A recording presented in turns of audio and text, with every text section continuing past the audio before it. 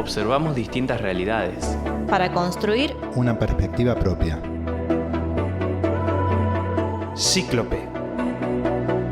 Una mirada entre muchas.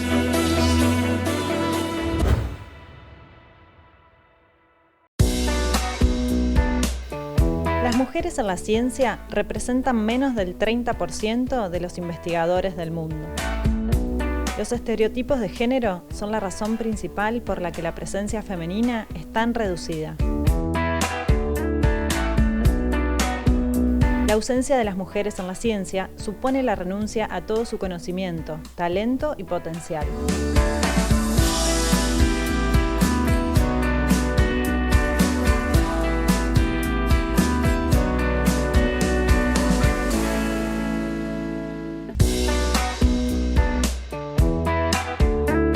Lo que la cultura ha identificado como propio del territorio masculino tiene una preponderancia, una jerarquía, ¿sí?, en relación a todo aquello que la cultura ha asociado al territorio de lo femenino. Esta idea de que ser de lo masculino y que se materializa en varones tiene un valor social, económico superior a todo aquello que está vinculado con lo femenino y se materializa en mujeres, ¿sí?, de distintas identidades también. La ciencia no queda al margen de estas injusticias de género porque es una práctica humana, es una práctica construida por varones y mujeres que trabajan en ella, que es histórica y que, como es cultural, también está atravesada por la distribución desigual del poder. Esto que acabo de decir y que proviene de los estudios de género es lo que nos permite empezar a mirar, ¿sí?, las relaciones entre, en principio, varones y mujeres cis, pero también hacia adentro de los grupos de mujeres, adentro de los grupos de varones, cómo se distribuye de forma desigual el poder. Esto que podemos tironear de una categoría que los estudios de género, que en las ciencias sociales tenemos para analizar el mundo y lo podemos englobar en este concepto de patriarcado, nos permite entender que ahí también se juega el poder. Y esto no es menor para poder pensar la producción científica. Claramente, si nos ponemos a ver cómo la ciencia moderna, por no irnos más atrás, pero también lo podríamos encontrar, cómo la ciencia moderna se caracteriza a sí misma y dice objetiva, racional, vinculada a la producción, al mundo de lo público.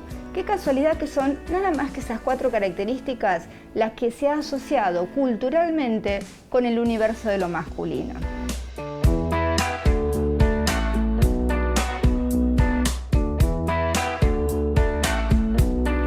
El sexismo también atraviesa las praxis científicas, ¿sí? ¿De qué manera? Múltiples. ¿Cómo se materializa en las microprácticas? Si vemos los datos a nivel mundial, las mujeres ocupan el 28% de los puestos de investigación científica en el mundo. En Argentina podemos ver que este porcentaje es superior, ya que las mujeres ocupan más del 50% de las personas que se dedican a hacer investigación científica, pero sin embargo estos datos son un poco engañosos porque ahí podemos decir está todo bien, no hay ningún problema, pero cuando lo vemos con mucho detalle vemos que las mujeres ocupan los puestos más bajos, peor pagos y con menos prestigio en la carrera de investigación científica. Es decir, si bien las mujeres ingresan en el ámbito de la investigación en igual cantidad que los varones, cuando vemos detalladamente, a medida que se avanza en la carrera de investigación científica, que es un ámbito muy jerárquico, las mujeres van quedando. Y en los puestos más importantes, con mayor prestigio, dinero e influencia, hay mayor cantidad de varones. Entonces acá vemos cómo en la carrera de investigación científica hay muchas barreras y muchas brechas, tanto materiales como simbólicas, ¿no?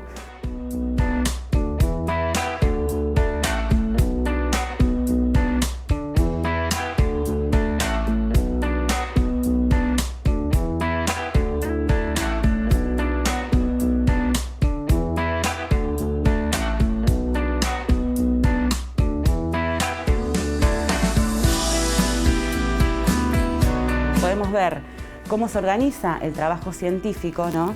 Cómo se distribuyen las tareas, quién hace qué cosa, quién se encarga de cada cosa. Vemos que hay claras diferencias según las personas y características de estas personas. Entonces, cuando vamos a ver un laboratorio, un centro de investigación, vemos claramente que más allá del puesto, del nivel de investigación que tenga la persona, seguramente va a ser una mujer quien se ocupe de ver qué insumos faltan, hacer la lista de compras para los materiales, controlar que el laboratorio quede más o menos en condiciones para poder trabajar al día siguiente, cuidar y controlar qué hacen las personas que recién están formando, es decir, los becarios de grado.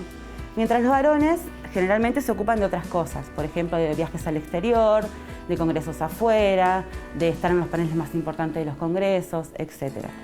Una de las cuestiones que necesitamos poner en palabras en el mundo científico, entre les científicas, es el tema de las regulaciones que operan sobre nuestras sexualidades. Este es un tema del cual no se habla porque hay otra categoría teórica que nos invita a pensar cómo operan estas regulaciones, que es lo que denominamos la heteronormatividad. Esta regulación que obliga a la heterosexualidad obligatoria y obviamente desdeña, discrimina a aquellas que no son las legitimadas, generando, y obviamente se combina también con la homo, lesbo, trans, odio, el homo, lesbo, trans, odio, que ayuda a que esta heteronormatividad siga funcionando. Entonces nos damos cuenta varias cosas. Una de ellas es que este tema, claramente entre la comunidad científica, es como la vida íntima, ¿no? Pero en realidad esa vida íntima la tenemos que dejar encerrada en el closet, porque si un investigador gay, una investigadora lesbiana, habla acerca de su orientación sexual, probablemente impacte en la legitimidad del conocimiento que produce. O sea, epistemológicamente diríamos, casi se convierte en un criterio de garantía de verdad de lo que dice. Y esto es muy grave, ¿sí? Es muy grave porque sigue dando cuenta de lo que opera en lo implícito en nuestras praxis y que regula, ¿sí?, lo que somos, inclusive, o lo que deseamos.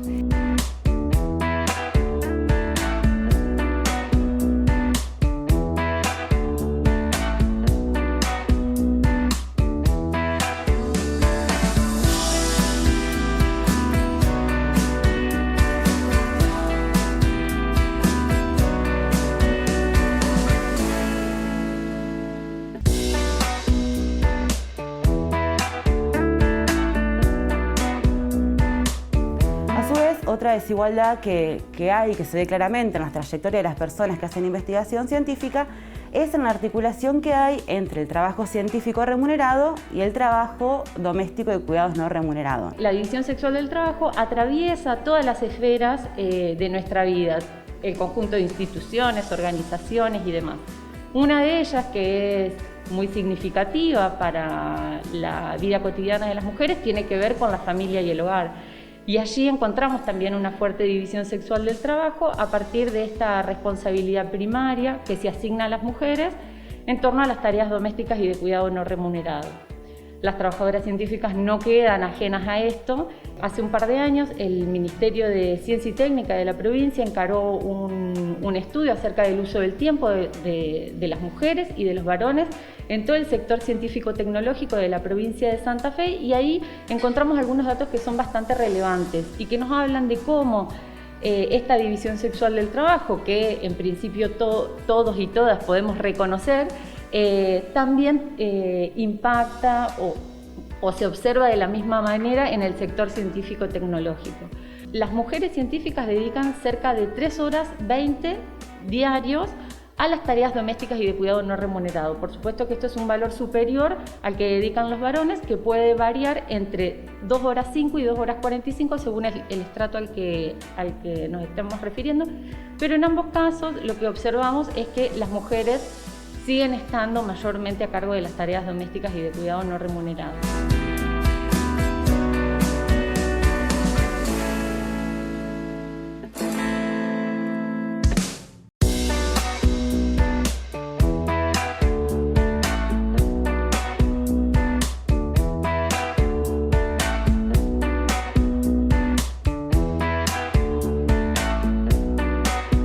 Si pensamos en el marco de esta organización social de los cuidados, ¿qué otros dispositivos, qué otros mecanismos las científicas despliegan para poder conciliar sus tareas remuneradas con las no remuneradas? Bueno, ahí el informe que mencionaba anteriormente, la encuesta, releva que cerca del 60% de las trabajadoras científicas terceriza lo que son las tareas domésticas. Esto es, contrata a una persona para que vaya a hacer trabajo doméstico en su hogar. Por supuesto, en el caso de los varones, estos índices son mucho menores. Y por otra parte, si pensamos en las tareas de los cuidados, también hay una tercerización que se puede hacer, que es la contratación de una persona para el cuidado, sea de niños, adultos mayores, personas con discapacidad. Y aquí el porcentaje es notoriamente menor. Solo un 15% de trabajadoras científicas terceriza de esta manera los cuidados. Pareciera que nos resulta más difícil a las científicas tercerizar los cuidados y no el trabajo doméstico. Esto también nos habla del peso que tiene los roles de género y los estereotipos, sobre todo en torno a la maternidad y las responsabilidades que ello conlleva y las construcciones de sentido que hacemos en torno a estos roles. Es significativo también el dato que arroja el informe en torno a cómo las mujeres científicas planifican su maternidad, incluso retrasan su maternidad para poder sostener su desarrollo profesional. Esta decisión deliberada no se da de la misma manera o no se observa del mismo modo para el caso de los varones padres. Esto nos muestra nuevamente una manifestación de cómo la división sexual del trabajo impacta en las posibilidades que las mujeres contamos para el desarrollo de nuestras trayectorias científicas, para la posibilidad de no generar interrupciones en nuestras carreras y los límites que por supuesto esto conlleva. El ideal de investigador científico, y lo digo en masculino, es un varón heterosexual, que no tiene a cargo ninguna tarea de cuidado, que no tiene responsabilidades domésticas, que puede llegar a su casa y tener todo resuelto y dedicarse full time a la tarea de investigación científica. Y esto que genera un costo muy alto para las personas que deciden otra vida, otra forma de vida, que tienen otras responsabilidades y otros trabajos además del trabajo científico.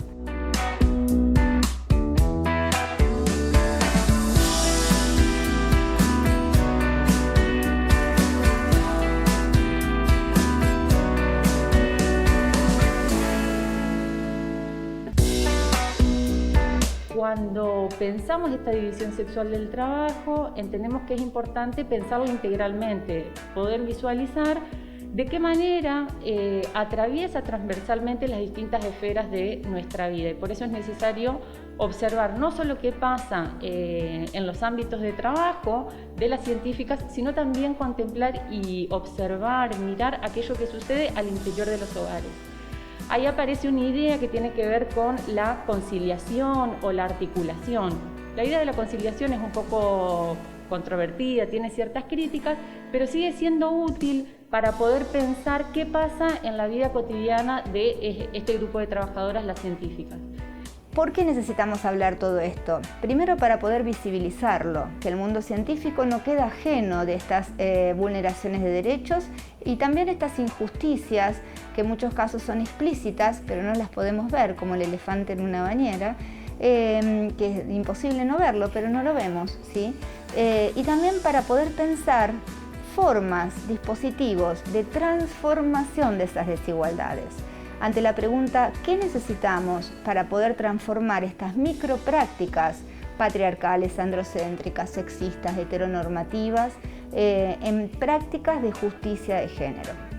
Esto creo que plantea desafíos claros para poder pensar un sistema científico-tecnológico que reconozca las desigualdades de género y que proponga acciones que ubiquen a las mujeres en mejores condiciones a la hora de tener que acreditar todo el conjunto de criterios, certificaciones que el sistema requiere para poder acceder a financiamientos, para poder concursar cargos, etc. En ese sentido, es necesario revisar el propio sistema para sortear los sesgos de género que actualmente existen.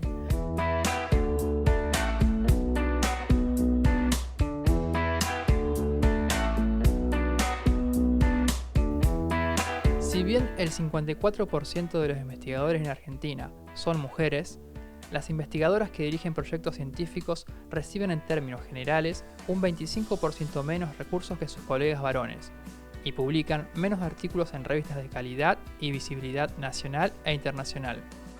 Al observar las categorías de investigadores del CONICET, las mujeres son mayoría en los niveles iniciales y van reduciendo su participación a medida que la categoría es superior. De lo que se trata es de deconstruir la postura patriarcal, con herramientas teóricas, políticas públicas y acciones concretas que tiendan a darle visibilidad a las niñas y mujeres en la ciencia.